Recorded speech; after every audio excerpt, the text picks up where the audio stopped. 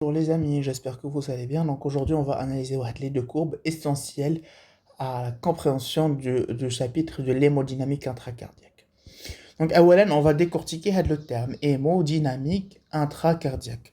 Donc, hémo, on a, prend ça, donc hémo c'est le sang. Lorsqu'on dit dynamique, c'est la mobilité, mouvement.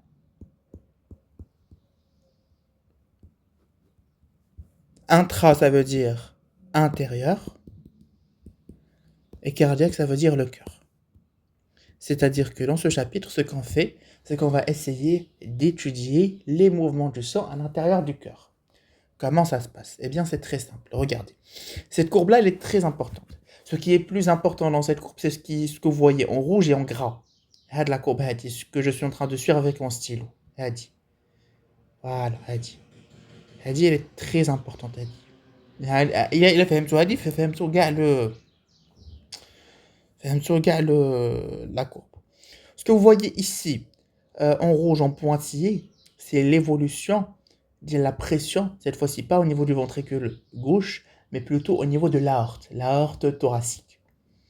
Ce que vous voyez ici, en pointillé et en noir, c'est l'évolution de la pression de l'atrium gauche. Ce que vous voyez ici, c'est l'évolution le volume, le remplissage du sang, le volume du ventricule gauche. Et ça, c'est un exemple de CG. Et ça, c'est eh bien les bruits qu'on va entendre. On va y revenir beaucoup plus tard. Maintenant, ce qui nous intéresse le plus, eh bien, c'est cette courbe-là qui est en rouge. Donc, regardez avec moi ce que je vais dessiner. Donc, le cœur, il est représenté par 4 cavités, 2 atriums et 2 ventricules. Au départ, le sang, il va entrer par les atriums, il va passer par les ventricules et il sera expulsé au niveau des artères. Donc ici, si j'ai du sang au niveau de mon atrium droit, eh bien, l'atrium droit, il va se contracter, il va laisser passer le sang au niveau du ventricule droit. Le ventricule droit, il va se contracter, il va laisser passer le sang par l'artère pulmonaire. Maintenant, ce qui se passe, le sang se contraire, eh bien, qu'il y a du sang au niveau de l'atrium gauche, qui va passer au niveau du ventricule gauche. S'il reste du sang, l'atrium gauche va se contracter. Donc, il y aura beaucoup plus de sang qui entre au niveau du ventricule gauche. Et puis, le ventricule gauche va se contracter pour augmenter la pression et donc laisser passer le sang à travers l'aorte. Donc, le passage du sang, il est dû à la différence de pression de ces cavités-là. Ça, on l'a compris. Donc, voilà. Donc, le sang fait qui coule au niveau des atriums. Très bien. D'ailleurs, on va étudier uniquement la partie gauche du cœur, celle qui nous intéresse le plus. Donc, au départ, le sang qui coule au niveau de l'atrium gauche. Il va passer au niveau du ventricule gauche. Il va passer par plusieurs phases. La première phase, il y a dit, c'est une phase de remplissage du ventricule qui est rapide. Remplissage rapide. Puis, lorsque le ventricule il aura bien été rempli, il n'y a pas assez donc la pression au niveau du ventricule, la pression au niveau de l'atrium droit, elle va baisser, donc le sang il va passer beaucoup plus difficilement. Donc là, c'est un remplissage lent. Parfait. Ensuite, il a pralié chouïé au niveau de l'atrium. Il faut un petit coup de pouce au niveau du ventricule. Donc, l'atrium, il va se contracter. L'atrium gauche, il va se contracter. Donc, voilà. Donc, ça, c'est ce que l'on appelle une systole. Une contraction des atriums, elle correspond à une systole auriculaire. Donc, c'est une systole auriculaire.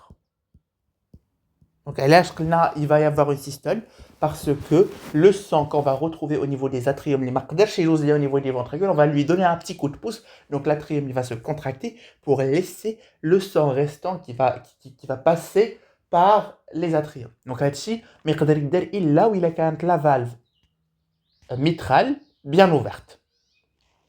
Très bien. Ensuite, lorsque le sang passe, il il n'y a plus de sang au niveau de l'atrium, il va y avoir une fermeture de la valve mitrale. Voilà, donc fermeture de la valve mitrale. Lorsqu'il va y avoir de la fermeture de la valve mitrale, ce qui va se passer, donc j'ai mon sang qui est bien présent au niveau des ventricules, plus précisément d'abord le ventricule gauche, il doit passer au niveau de l'aorte. Mais pour qu'il puisse passer au niveau de l'aorte, il faut contracter avec le ventricule. Donc il a dit, quand on contracte le ventricule, ce qui se passe à la pression au niveau de ce ventricule, il va augmenter. Ou la pression elle est encore inférieure à la pression de l'aorte, et donc le sang il reste encore coincé au niveau du ventricule. Est-ce que vous avez compris? بحال عندي واحد القرعة كنزير عليها مزيان ولكن j'ai pas encore assez de puissance باش الماء يخرج ليا من القرعة. Donc خاصني حتى نزير مزيان. Donc ce qui se passe c'est qu'il se passe une contraction isovolumétrique. Ça veut dire je contracte mon ventricule et le volume il reste le même parce qu'il n'est pas encore passé au niveau de l'aorte. Donc ça me donne, à de la partie hadi, c'est la partie contraction isovolumétrique. Comme vous voyez, le volume du ventricule ne bouge pas. Donc ça, c'est une contraction isovolumétrique. Il y a la pression au niveau du ventricule, elle augmente jusqu'au point où la pression au niveau du ventricule devient supérieure à la pression au niveau de l'aorte.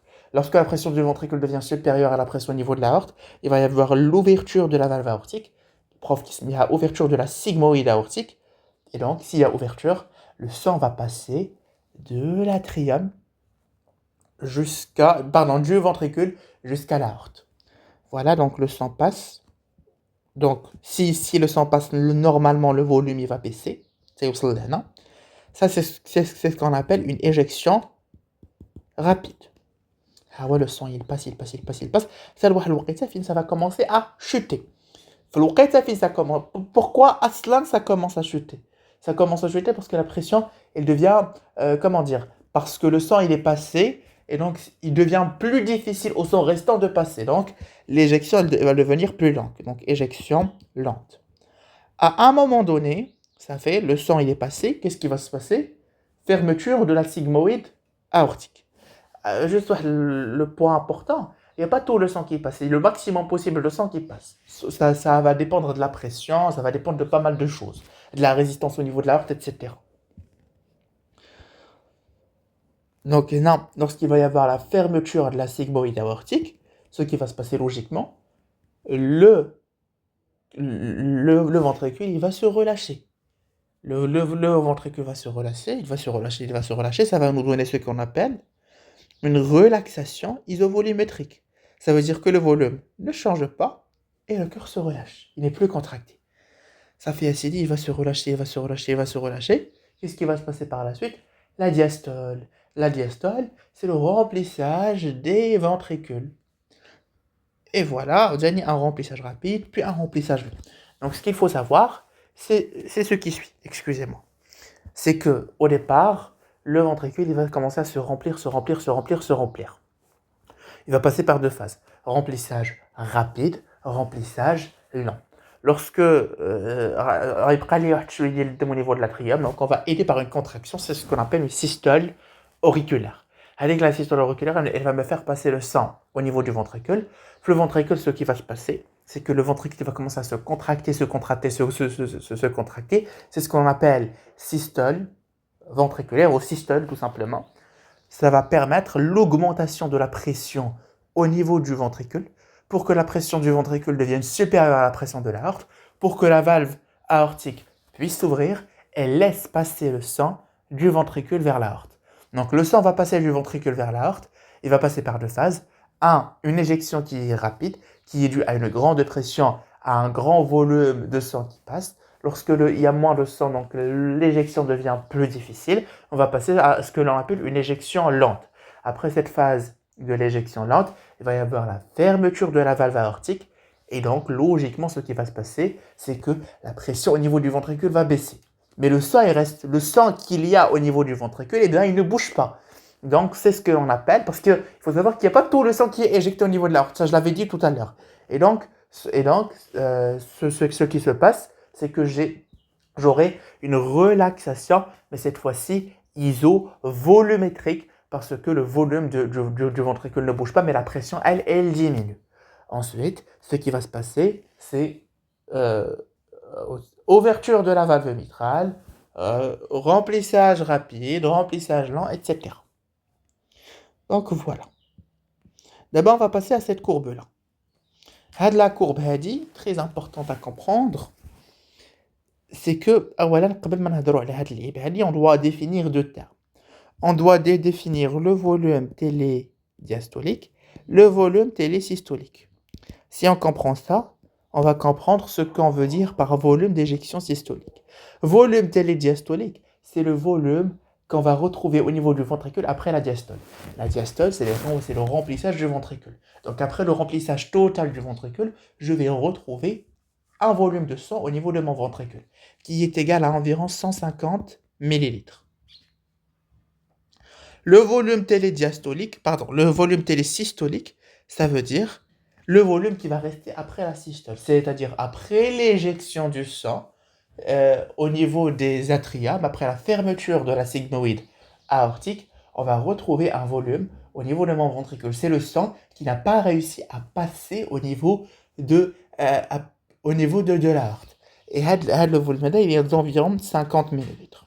Donc, si le volume télédiastolique, c'est le volume final, c'est le volume à la fin de la systole, le volume télésystolique, non, c'est le volume à la fin de la diastole. Si le volume télésystolique, c'est le volume à la fin de la systole, donc logiquement, le volume de sang qui a été éjecté au niveau de l'aorte, le volume d'éjection systolique, il est égal au volume télédiastolique moins le volume télésystolique. C'est-à-dire le volume total de sang qu'on avait au niveau du ventricule, moins le volume restant de sang après l'éjection, ça me donne 100 millilitres.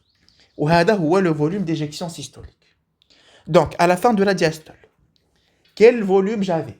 J'avais le volume télédiastolique, qui est égal à, comme on a dit, 150 millilitres. À la fin de la systole, quel volume j'avais? J'avais 50 millilitres. C'est le volume télésystolique. Le volume télédiastolique moins le volume télésystolique, ça me donne le volume d'éjection systolique, c'est le volume de sang qui a été éjecté au niveau de l'aorte. Pour chaque contraction du cœur. Pour chaque cycle cardiaque comme on veut. Donc voilà, si vous avez compris ça bien, vous avez tout compris. Maintenant, cette courbe. Le point si on veut l'analyser, qu'un cono au niveau du volume télésystolique, ça veut dire à la fin de la diastole. À la fin de la diastole, et la pression, regardez, c'est une pression qui est faible. Si à la fin de la diastole, j'ai une pression qui est faible, c'est logique. Parce que le ventricule ne s'est pas encore contracté pour augmenter la pression. Et donc, je vais avoir le point qui va correspondre au point qui va correspondre à la fin de la diastole. C'est-à-dire, le ventricule Amar, il ne s'est pas encore contracté. Quelle est l'étape suivante? C'est la contraction du ventricule, en gardant le volume constant parce que il n'y a pas encore eu l'ouverture de la sigmoïde aortique. C'est la phase qui correspond à la contraction isovolumétrique. Voilà, donc, c'est ce que l'on appelle contraction isovolumétrique. Ensuite, ça va correspondre à quoi? Très simplement, j'ai reçu la contraction isovolumétrique. Le ventricule s'est contracté. Qu'est-ce qui va se passer? Le sang va passer du ventricule jusqu'à l'aorte. Donc, il va y avoir une diminution du volume au niveau du ventricule. Donc, le volume télédiastolique vers le volume télésystolique. Donc, le point, il correspond à la fin de la systole. Et à la fin de la systole, j'ai une pression qui est toujours élevée, mais pourtant, le volume, il a diminué. Qu'est-ce qui va se passer par la suite? La relaxation isovolumétrique. La relaxation isovolumétrique, je garde le même volume, qui est de 50 millilitres, mais la pression, elle va diminuer parce que le ventricule va se relâcher et par conséquent, je vais descendre au point 4. C'est très simple. La courbe, elle est très simple. Si vous avez compris ça, vous avez tout compris. Voilà, je vous remercie.